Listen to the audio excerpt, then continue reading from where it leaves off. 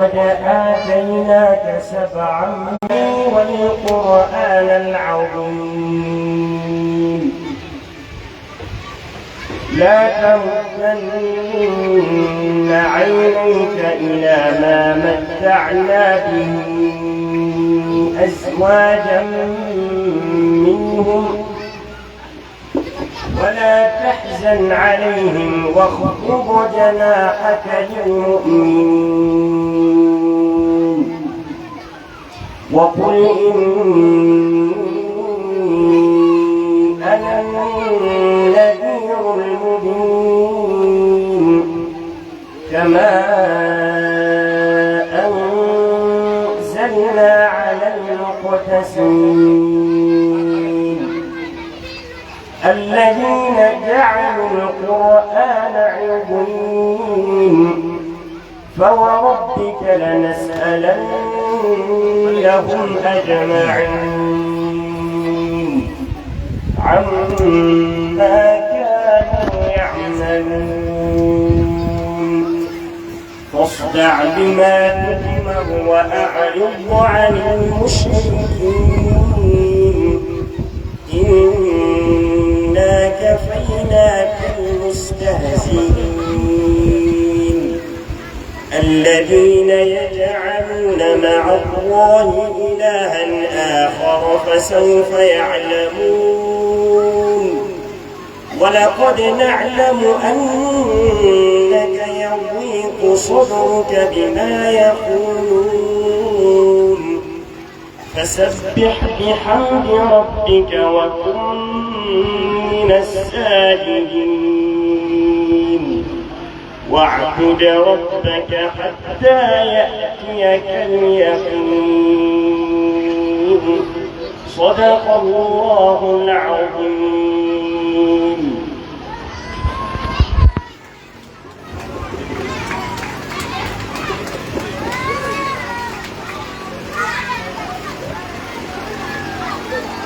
بسم الله الرحمن الرحيم. الحمد لله على نعمة الإسلام وكفى بها من نعمة ثم الصلاة والسلام على سيد الأنام سيدنا ونبينا محمد بن عبد الله وعلى آله وعلى صحبه الكرام والتابعين لهم بإحسان إلى يوم لا مرد له من الله. أما بعد أيها الإخوة الكرام الآباء والأمهات والأساتذة الأجلاء أيها المشايخ الحضور الكريم أحييكم جميعا بتحية الإسلام وتحية الإسلام هو السلام. السلام عليكم ورحمة الله تعالى وبركاته. على مسجد جلبة تدبة نينرا جنبا بلادان كرمكو بيان قومو تدبة ليتع الله سبحانه وتعالى وتقول أن ولي من آدم نيمين وإن إلو نيما جمعو كاسبه ونقوم جلبة لنجول الرسول صلى الله عليه وآله وصحبه وسلم أم جمع كسي ونجمول لنراد سبيل من وننرى على إن شاء الرحمن لتوقع حفلة ومحفلة في غندل ووقت مني أهل والمن نجوني تيدي شهادة جمون دبلوم جمون على إيلا يوتر من نين ويوم نريد في غندل قرى مكة إن شاء الرحمن لنترى الله سبحانه وتعالى ya masuk ke bayo tengimu ta ko woni iya to ka sabi Allah woni bayo tete ono bedo sabi betet le ka mo ko betet le eden nanga ta do fu ya Allah subhanahu wa ta'ala hollu woni gonga e ko woni yodu de ko asika on jabu ko o holla on fadja e mon ko asika on wodi jago aray musidbe betet le yewtugol fi gandal o yewtugol fi ko mawno fi ko teddi ko tawata ko moftuɗum dennanangal moƴƴereji ɗin fof e nemaji ɗin fof e ɓure ɗen fof aduna o lahara o fof muɗum ko yowondir ɗum e gandal ngal kala ɓuttu e ko wiyete teddungal e kellal e fantal e développement ko heɓoto ko aduna ɗo ko fof ko mahi ɗum e hoore gandal kala kadi ko wiyete malore e kisal e daɗugol ko yowondiri e sengo lahara on kon fof ko jogondir ɗum ko humondir ɗum e gandal ko ɗum waɗi ɓure maggal mawnugol fi maggal e teddugol fi maggal wawata ko yewtade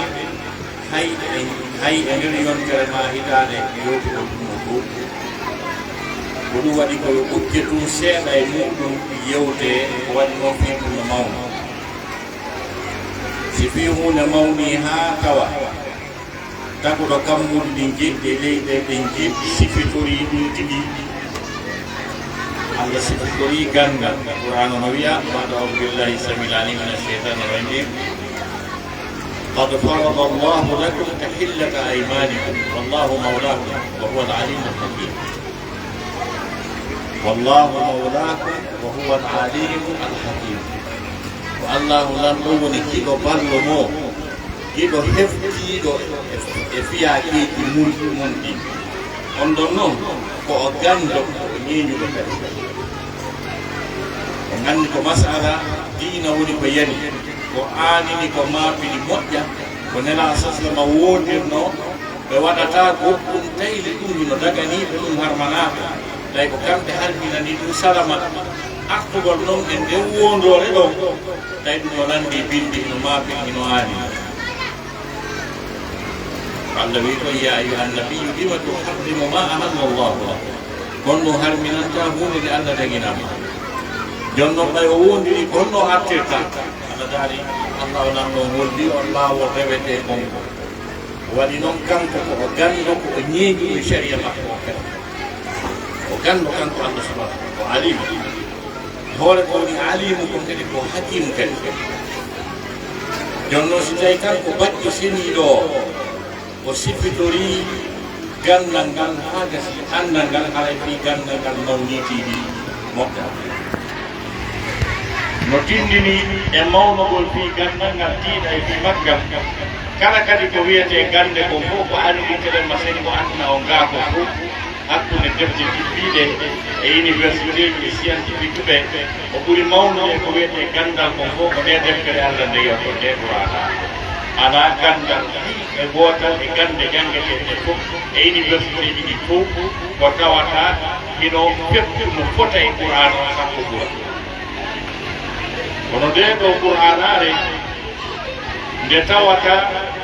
fiyakuji adnawde lakaronde ɓaawo muɗum fof muɗum hino windi e mayre kadi wa nazzalna alayka alkitaba tibyanan likulli shay min tibbini nde ɗo deftere e maɗa kone ɓanginde pensiti kala hunde joni noon ko ɓuri mawnude e dewal ngal o wooti ɗingol Allah subhanahu wa taala ko ɓuri hurɓinade e geddi ɗin koko wiyete shirku ko kono oɗo tawhid e mawnugol makko e teddugol makko e jogagol makko place mawnuɗo e nder diina kan e nder ɗeɗo aye e guluji jippiɗe e Qur'an on ko fof Allah subhanahu wa taala ko adori ko fi janngugol ko iqra o adori ko wannoon ko on iqra o yettinayma e tawhid laaɓuɗo ko so tawi a jangi si anda ko honɗum woni tawhid ko honɗum woni geɗe tawhid ɓen ko honɗum woni aqida selluɗo a wata andude ɗum sa janggaɗi ko ɗum wasi Allah adori ganda no daari iqra bismi rabbika alladi khalaq jangu inde joomo maɗa on taguɗo yani jangu wi'u bismillahi janga iqra bismi rabbika alladi khalaq fuɗɗori inde Allah nden on say noon janga jango inde joomo maɗa on taguɗo so daari ɗen ayeje on tawa ɗen hikkodirde ɗo fof ko fi gandal e aalaji gandal iqra bismi rabbika alladi khalaq khalaqa al insana min alaq اقرأ وربك الأكرم الذي علم بالقلم علم الإنسان ما لم يعلم. Dari dulu buktikan. Tanpa ide jibba de dini. Jango inde yowa on tagudo. Tagudo net anke on immorde e heddere ija. اقرأ باسم ربك الذي خلق خلق الإنسان من علق اقرأ جنبه وربك الأكرم واليوم ما تظلمون الذي يوم علم بالقلم عندي نكرمون ما عندي نكرمون علم بالقلم علم الإنسان عندي نتمنى يوم ما لم يعلم قرآن Sondari neno ay gede io rondo ide mufti dendanaka kala ko andu no jange aduna do ko fu no jange university ki fop hakkunde ko moƴƴini auto ko moƴƴini avion ko moƴƴini internet ko moƴƴini bateau ko moƴƴini téléphone fop ko muɗumino e nder ɗe ay gede wonno yiide ala ko dayata ko ɗum waɗi side artirama tenen ma sengo ka français iqra bismi rabbika alladi khalaq lis au nom de ton Seigneur qui a créé. Cette série de versets qui fit la première révélation coranique englobe toutes les disciplines scientifiques, tous les domaines scientifiques. Parce que Dieu dit Iqra, lis, c'est un impératif. Fi'l amr, un impératif. Iqra, bismi rabbika alladhi khalaq. Lis au nom de ton Seigneur qui a créé. Ici, le Seigneur a dit tout simplement de lire. Il n'a pas déterminé, indexé ce qui est lisible, ce qu'on doit lire. Il dit tout simplement lis. C'est toi qui sais si c'est les mathématiques qui t'intéressent, ou bien la philosophie, ou bien la physique, ou bien la théologie. Il dit tout simplement lis. Lis au nom de ton Seigneur qui a créé. Khalaqa. Le mot khalaqa, ça parle de la créature humaine, ça parle de l'univers. Tout ce que Dieu a créé figure dans ce passage coranique qui dit Khalaqa, c'est lui qui a créé. Ça parle de l'univers et le contenu de l'univers. Khalaqa. Et parmi cette créature, également, on ne peut pas parler de la créature divine sans parler de l'homme. Mais pourquoi dans cet univers, dans cette créature, Dieu encore a réitéré particulièrement le nom de l'homme. Khalaqal insana, c'est lui qui a créé l'homme. On mana, les aïe de Ollo Yidedo, Kalak Andu no Gange, Fokka University, et no how to be the aïe de Ollo Yidedo. Parce que lui, Khalaqa on tagudo, c'est-à-dire qu'on tagi comme Adama, l'indien Adama, ko yowiti e weeyomo e koodede haray astronomie on e géographie on naati ko yowiti e maaje ɗe haray océanologue ɓe e ko wiyete kon e les produits halieutiques kala ko woni ko fof ka nder ndiyan e domaine ɗiɗi fof naati si ari hammirama ka weeyo ko wiyete kon hendu e duule e ɗe satellite je ɗe wonɗo yiide fof mum haray naati no woodi aya ka Allah deta e ɗum seeɗa إن في خلق السماوات والأرض واختلاف الليل والنهار والفلك التي تجري في البحر بما ينفع الناس وما أنزل الله من السماء من ماء فأحيا به الأرض بعد موتها وبث فيها من كل دابة وتصريف الرياح والسحاب المسخر بين السماء والأرض لآيات لقوم يعقلون.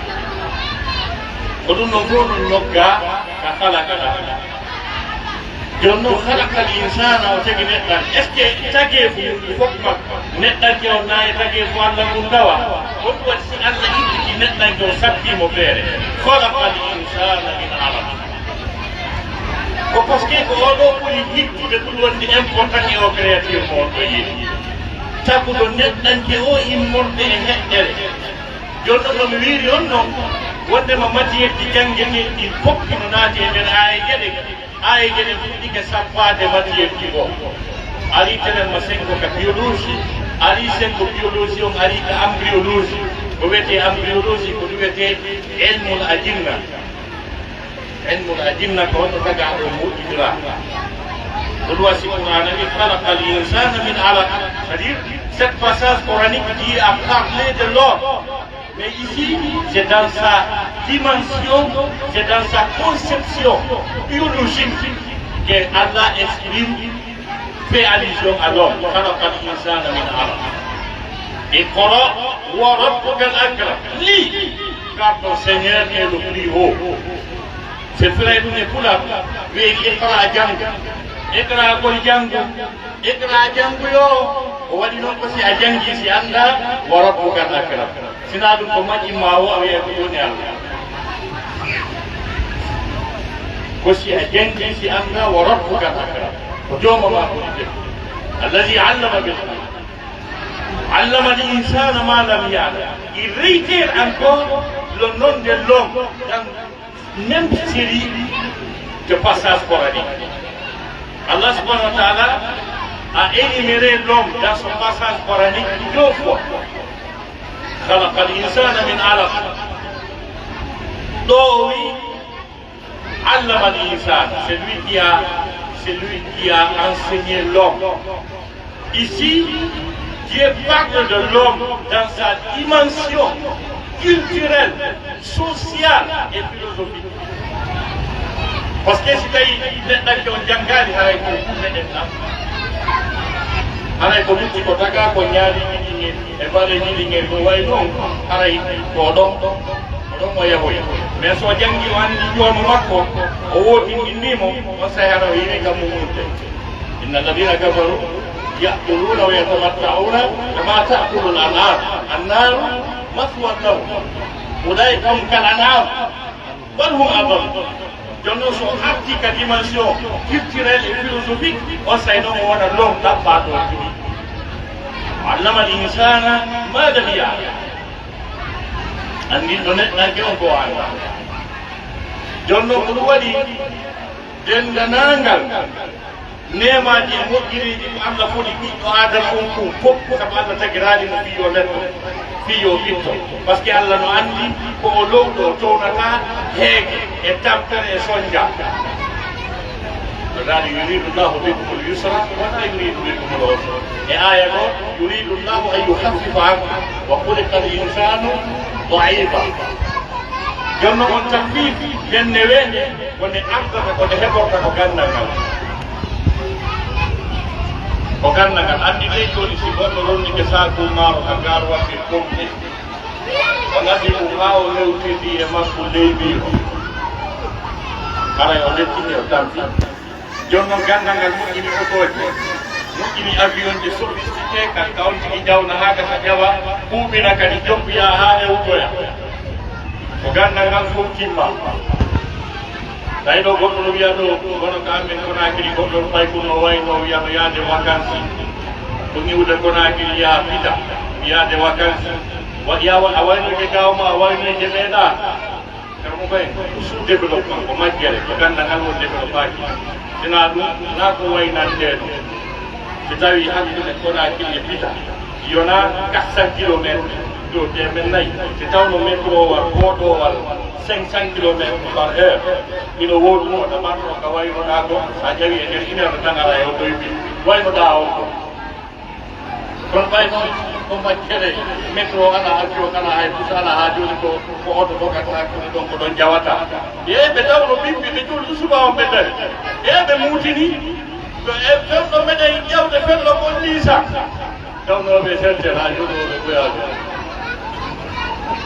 Donc newede ko Allah subhanahu wa ta'ala foti ɓiɗɗo adama on kone heɓorta ko gandal ko gandal ngal moƴƴini métro moƴƴini avion moƴƴini vaccin moƴƴini ɗiɗo pin fof ko ɗum Allah foti ɓiɗɗo adama on ko addano wa laqad karramna bani adama wa hamalnahum fi l-barri wal-bahr wa razaqnahum min at-tayyibat wa faddalnahum ala kathirin mimman khalaqna tafdila. A yii ɗum wa yalta e taw Afrique a yalta e taw Afrique siya on ko Allah wi ɗon min teddini ɓiɗɗo adama o mi rondike mo ɗo mi rondike mo leydi a yalta taw abew si Allah holle tanke hiɗa ga ɗin ndende wene a yiyataka jonno ɗi ngaluuji ɗi Allah subahana taala addani en fof ko ganda ngal yaltinta ɗi ngaluuji monanaɗino ka nder baharu ga tawa ko kanŋe labbaɗe jogiiɗe valeur yaltinoje million je dollar gueɗɗon sikka o pétrole mo wonɗo yiide ka o ɓaɗe senkidama e mum no andi ka waako gonɗoni pétrole gonɗo extraction mo waɗirta gonɗo transformirte o bauxite par exemple on a laggine deuxième producteur mondial de la bauxite après l'Australie laggine million si Australie feƴƴi numéro 2 jogagol bauxite ko laggine o bauxite laggina mo moƴƴi ɓuri omo Australie kadi jonno Australie ɓe transformana e hoore maɓɓe sa nani no wiye avion oto ɗum ɗon fof ko bauxite watta ɗum usine ɗum fof ko bauxite watta ɗum jonno wono a ɗeeɗa jonno si tawi par exemple e bauxite ɗon no yeeye toon goto une tonne par exemple à $50 annduɓe ko ɗum gollitirte ko ɓe sooda toon goɗɗo ɓe moƴƴina pratoje tati sorti d'usine gotal yeeye $100,000